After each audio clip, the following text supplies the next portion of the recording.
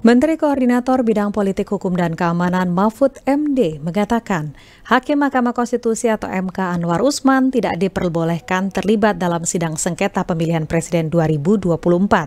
Meski demikian, Mahfud menjelaskan hukum dan sosok seseorang tidak dapat meminta Anwar Usman untuk mundur sebagai Hakim Konstitusi. Pradipta Rahadi melaporkan selengkapnya.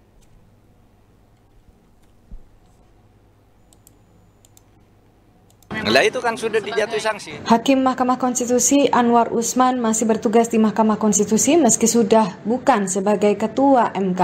Namun Menteri Koordinator Bidang Politik Hukum dan Keamanan Mahfud MD mengatakan bahwa Hakim MK Anwar Usman tidak diperbolehkan terlibat dalam sidang sengketa pemilihan presiden 2024. Meski demikian, Mahfud menjelaskan hukum dan sosok seseorang tidak dapat meminta Anwar Usman untuk mundur dari jabatannya sebagai Hakim Konstitusi.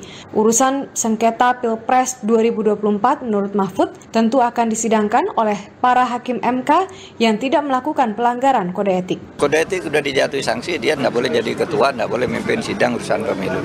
Itu sudah selesai secara etik yang dibungkus oleh aturan-aturan, tapi secara moral itu ya urusan dialah, berhak untuk mempertahankan diri, berhak ya untuk mencari dalil-dalil lain itu. Tapi putusan MK udah selesai, sudah final, dan ke depan sudah tinggal berjalan. Tidak ada orang boleh memaksa Pak Anwar untuk mundur.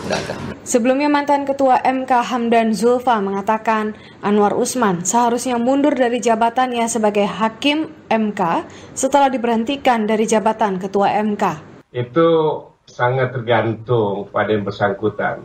Kalau dulu ada pernah kejadian seorang hakim yang dikenai teguran, Pak Arsyad Sanusi dikenai teguran oleh Majelis Kehormatan dan beliau langsung mundur. Karena itu ini berpulang pada masing-masing hakim itu sendiri.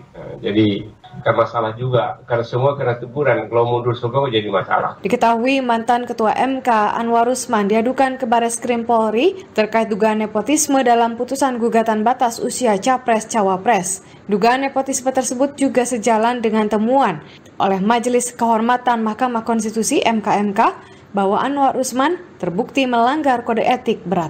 Dari Jakarta, Pradipta Rahadi, Pro 3 RRI.